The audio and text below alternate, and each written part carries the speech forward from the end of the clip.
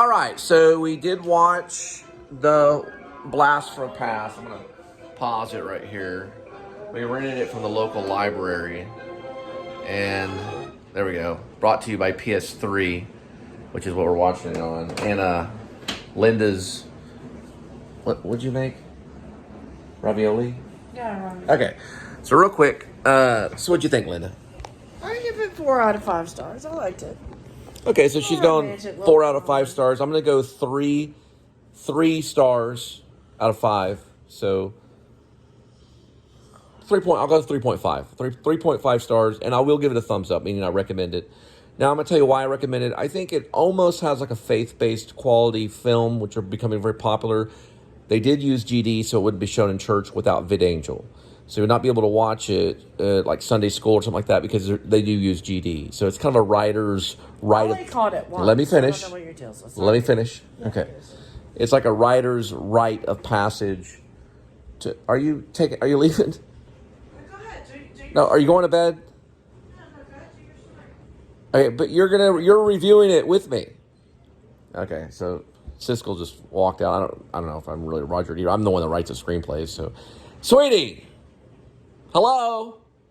Seriously, you can't just walk off set like that. We're in the middle. This is like almost like live television. Okay, regardless, maybe she just has to interrupt. So it's like it's like an Adam and Eve kind of movie. It's good for a couple to watch, like a maybe fiance or married couple or boyfriend and girlfriend. It's very good for a man and woman to watch because it brings in biblical qualities or biblical aspects from the Bible into the movie, which I think is important. They do mention not to use the Lord's name in vain, but they do. So they do. I barely even heard that at all. They use it several times. GD is used a lot in it. It's used at least more than 5 or 6 times. So one time, 3 times in succession. So the Lord, it's like, don't take the Lord's name in vain, but they really do, which I thought, from a secular point of view is probably clever, but from a Christian point of view, you don't want to hear it, so you don't want to do VidAngel. VidAngel is where they knock some of that stuff out. No sex scenes. Did you see any sex scenes?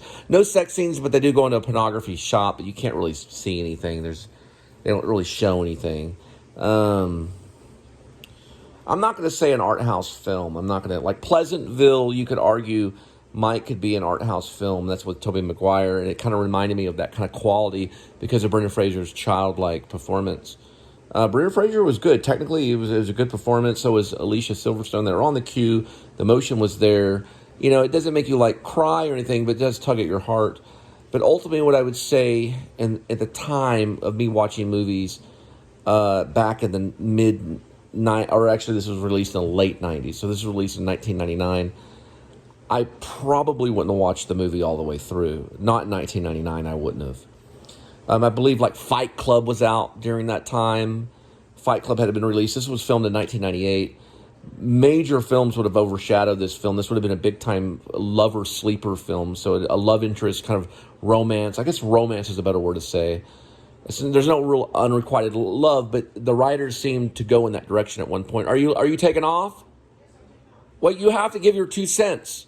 Hurry, I'm trying to do this in one shot. Talk for 10 hours. Okay, anyway, what I would say is that it's a writer-based film. There's no real style in it. It's Hollywood classicism. So we're not getting into documentary, or we're not getting into anything like art house film or surreality or surreal film. No surrealness in it. There's no experiment quality. Lean back a little bit so you can get in the shot. Okay, there's no experiment. Sorry, my mom is getting on to me because I have to kind of direct Linda while we're doing it. Because I just don't have time to sit there, and I have to get her into the shot. Okay, so now Linda's going to take over. This is going to be like Master and Servant, Siskel and Ebert, but with a man and woman kind of thing. All right, go ahead. All right, I'm ready to go to bed. No, I got this movie mixed up with another one that was black and white. Pleasantville. That's what it looks like on the cover. It looks like a Pleasantville kind of thing.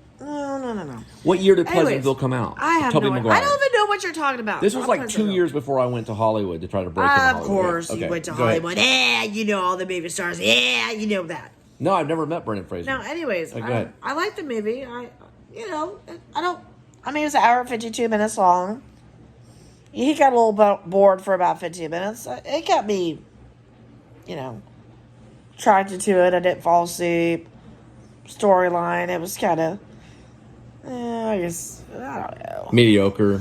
Yeah, I mean, I feel like there could have been a little bit more funny moments, but I think it's more funny moments like, how does he not know what get laid means? Having sex. Yeah, because his parents from the 1950s. Yeah, and then Alicia Silverstone, she's very kind of dry, like, what?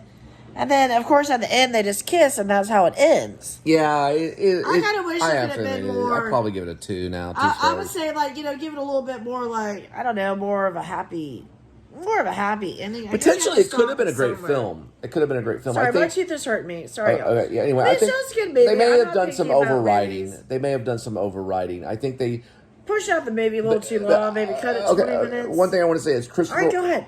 One last thing. Christopher Walken was worth watching. It. Christopher Walken was very good. So it is fun.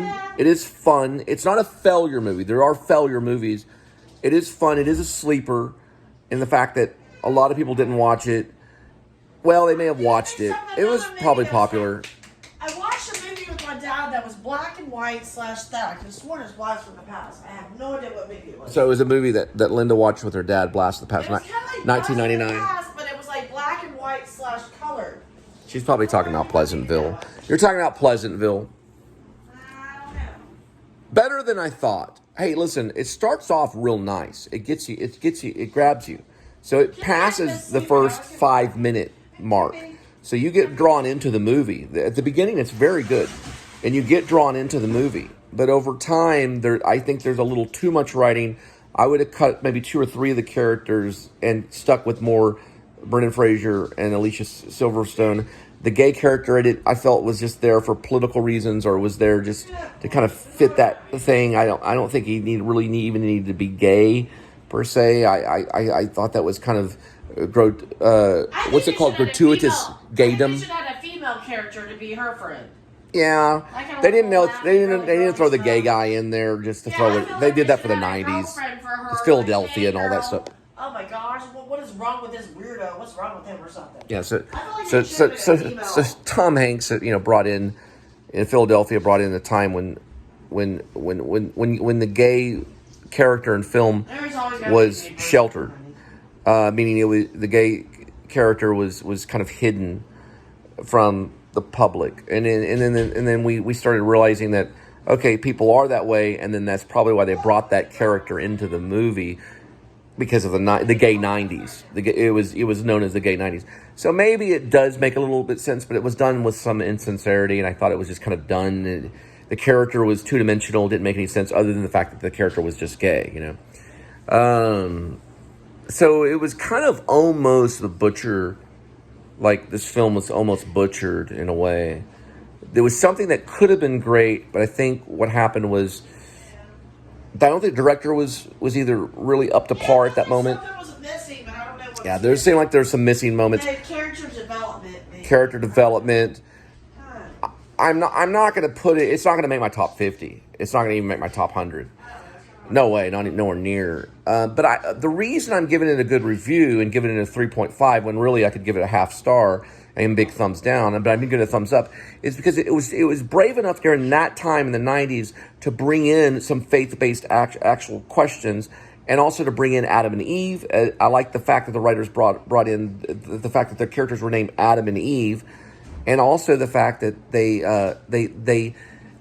were kind of in a way commenting on using GD, blasphemy, or they were commenting on using the words, are using the Lord's name in vain, which a lot of films in the 90s and stuff like that didn't even mention it. This is before faith-based films, because listen, back then in the 95 to 1999, all the faith-based films were big-time failures. There was no Alex Kendrick really. All right, he may have come out sometime around that, but they weren't popular. There were no basic faith-based films that were really on the market of Hollywood at all, like they are today. So it attempted to at least approach a biblical aspect in filmmaking. It at least attempted to approach it, but with fear, meaning they had to use the GD, they had to show the adult bookstore, they had to have the gay character, all that kind of stuff to try to kind of bring it in and say, okay, well, these things are still here today. Well, they are, but this could easily have been like a faith-based film, and they kind of chickened out by getting ambiguous with it. I guess what I'm trying to say is that it kind of was contradicting the fact that it wasn't one-sided. And that's okay. So ultimately, you know, I'm not promoting any form of filmmaking or directing, but I'm saying that they attempted to do something and they kind of were both-sided, so you couldn't tell where the filmmaker was coming from. So if they wanted to make a gay film, you know, then they should have made a gay film. If they wanted to make a, you know, faith-based film, then they should have made a faith-based film. They should have been more radical about it, and it would have been a better film. They try to mix it, and those ideas can make it a little muddy and ambiguous, and you're like, where is this coming from? And it makes it feel like there's missing pieces. So that's my 2 cents. Thank you for watching, and welcome to the Please Subscribe show.